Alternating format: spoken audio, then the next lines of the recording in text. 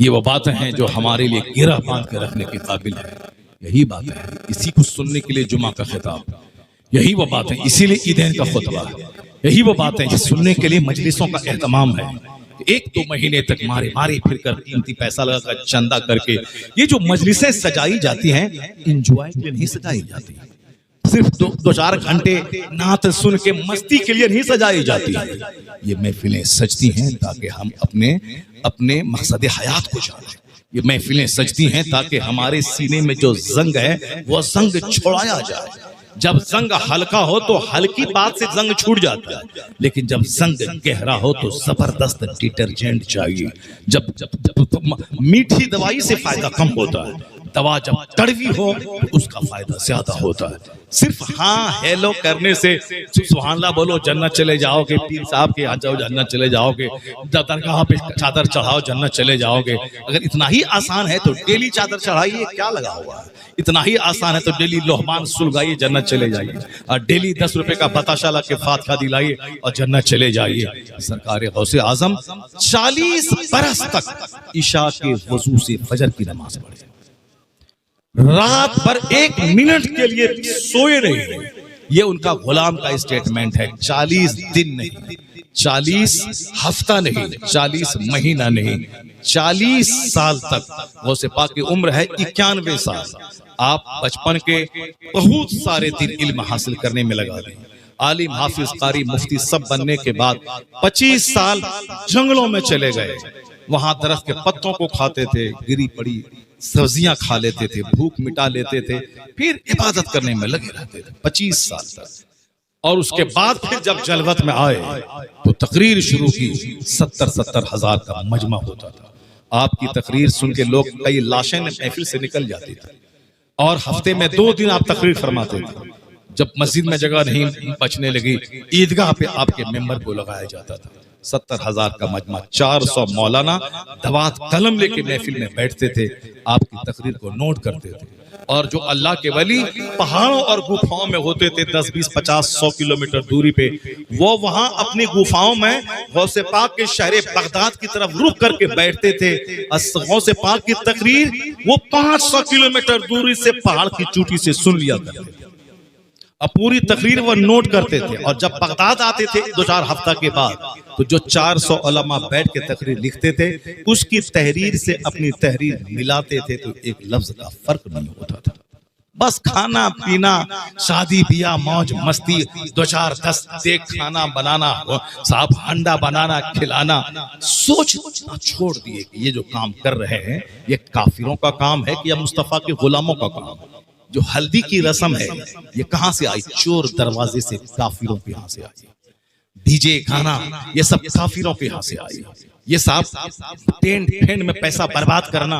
हुजूर की सुन्नत है, मस्जिद में हुजूर ने अपनी बेटी फातिमा की शादी कर दी।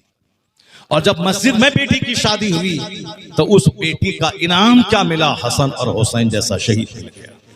और जब आज डीजे बजा के शादी होती है, हल्दी की रस्म में एक लड़के को हल्दी उसकी भाभी लगाती है, ये हराम।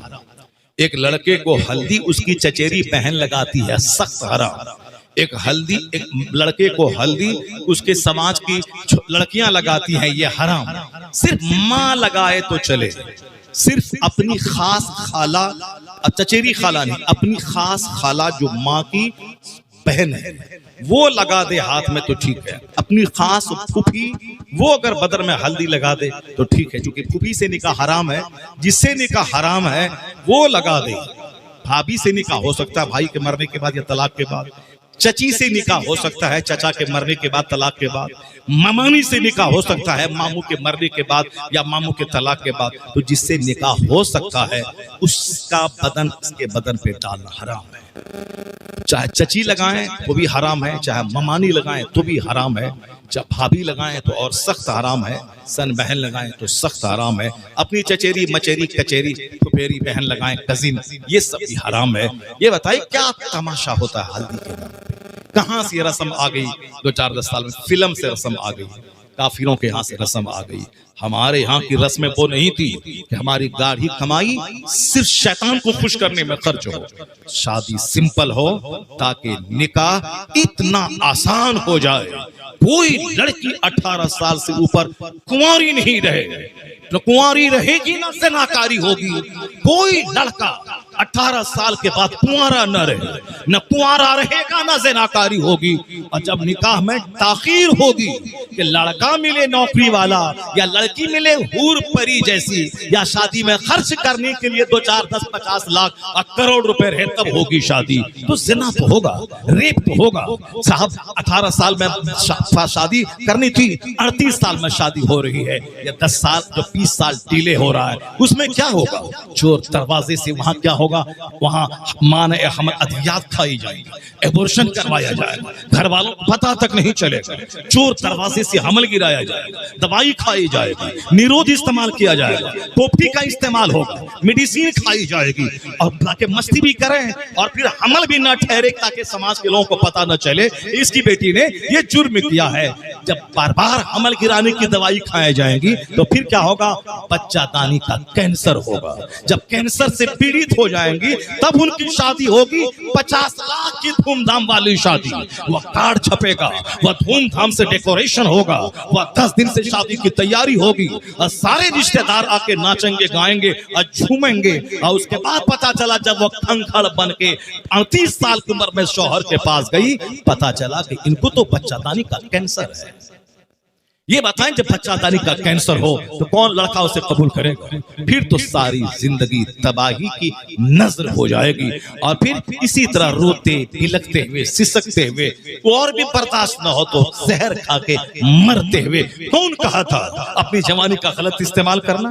कौन कहा था मौज मस्ती करना और फिर मस्ती को छुपाने के लिए दवाई खा के कैंसर को दावत देना? कौन कहा था? इसलिए और तुम माल खरीदो, मकान बनाओ, गाड़ी खरीदो और उसी के मुकाबले में रह जाओ, बाल बच्चों को छोड़ दो, चाहे वो स्कूल कॉलेज की पढ़ाई के नाम पे ज़िना करें, हमल गिरवाएं, एबॉर्शन करवाएं, 10 लाखों की गोद में झूलें और शादी के बाद भी जब वो लत लगी रहे तो शौहर के घर छोड़ के वह दूसरों के साथ भाग जाएं। और फिर अब जब उसकी तरबियत का ख्याल ना करोगे तो फिर बच्चे बर्बाद होंगे और तुम दौलत कमाने और मकान बनाने में लगे रहो।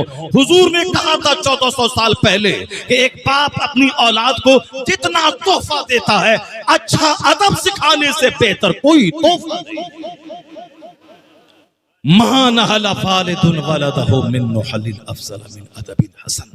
आका फरमाते एक बाप अपनी औलाद को जितना गिफ्ट देता है, अच्छा अदब डिसिप्लिन सिखाने से बेहतर कोई गिफ्ट नहीं।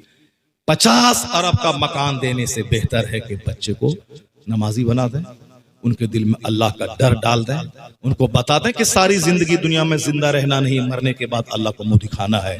ये सारी बातें बच्चे को बता दें तो ज्यादा आपको मेहनत करने की जरूरत नहीं पड़ेगी कि मरने के बाद 10-20 लाख रुपए बच्चा को छोड़ के मरे, 10 बेटा है 10 मकान दे के मरे, चाहे उसके लिए हमको जानवरों की तरह जीना पड़े।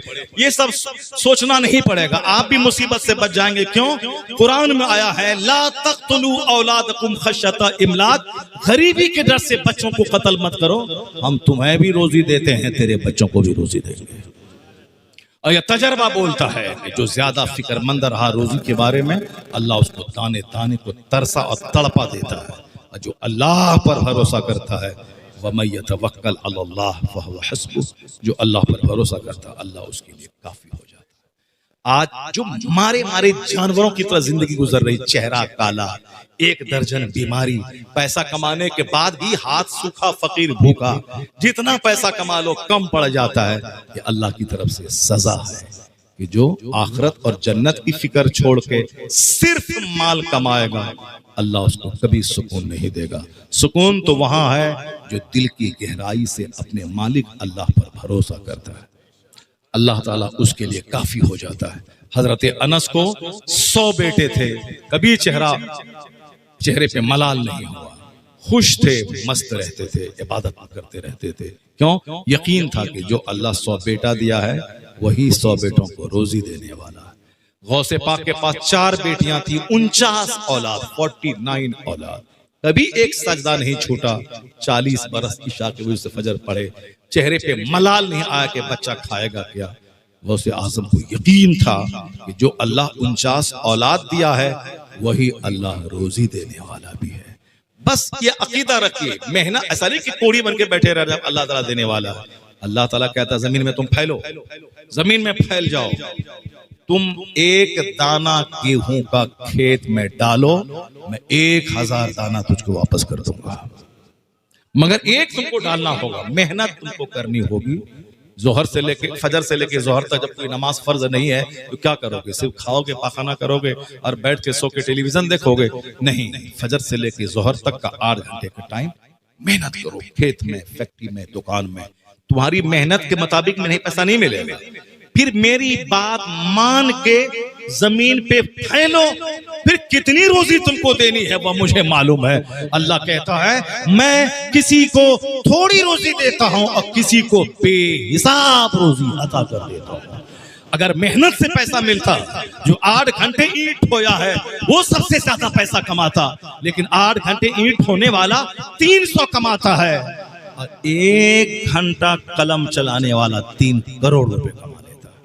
वमन यतवक्कल अलल्लाह फहुव हस्बुह, जो अल्लाह पे भरोसा करता है अल्लाह उसके लिए काफी होता है। वो यकीन जमाना होगा, आखिरत को दिमाग में रखना होगा, सारा काम सुन्नत के मुताबिक। समाज वाला क्या बोलता है वो नहीं, अल्लाह क्या कहता है, रसूल क्या कहते हैं, उसके मुताबिक जिंदगी गुजारिए। यहाँ भी कम कमाई में बादशाहत की तरह जिंदगी गुजारिए। मरने के बाद जन्नत ऐसे ही नेक लोगों के लिए है जो दुनिया में अल्लाह से डरता हुआ रहेगा, जन्नत उसका इस्तेमाल करेगी। जो दुनिया में बेखौफ जिएगा, बिंदास जिएगा, न नमाज न रोजा न हज न ज़कात, तो फिर उसको तो 100 साल 1 सेकंड, इसके बाद तो खरबों साल की आग उसके मुकद्दर में ही रहेगी और जलता रहेगा। ये दुनिया बिंदास बन के रहने की जगह नहीं है, ये दुनिया डरते हुए, सहमते हुए, खौफ करते हुए गुजारने की जगह। जब एक जन्नती को जन्नत में डाला जाएगा, पूछा जाएगा जन्नत कैसे पहुंचे, वो बोलेगा इन्ना कुन्ना क़ब्लु फी अहलिना मुशफ़िक़ीन, हम अपने अहलो अयाल में दुनिया में डरते रहते थे, जन्नत मिलेगी कि नहीं, जहन्नम से बच डरते रहते थे, अल्लाह के हुज़ूर दुआ करते रहते थे, गुनाहों से बचते रहते थे, रात में सजदे में रोते थे। घर बीवी अलग रो रही है, जवान अलग रो रहा है, माँ बाप अलग रो रहे हैं, तो जिस घर में सजदे में आंसू बहाने रोने की कैफियत हो, समझ जाए जन्नती का घर है। और जब बंदा जब जहन्नम में डाला जाएगा, फेंका जाएगा आग में और कहा जाएगा क्यों ये जहन्नम में गया, क्या करता था दुनिया में, तो जवाब मिलेगा इन्नहु काना फी अहलिही मसरूरा, ये अपने अहलो अयाल में मस्त रहता था, खुश रहता था, कॉमेडी सुनता रहता था, सिनेमा देखता रहता था। अल्लाह ताला हमको आपको सबों को नेक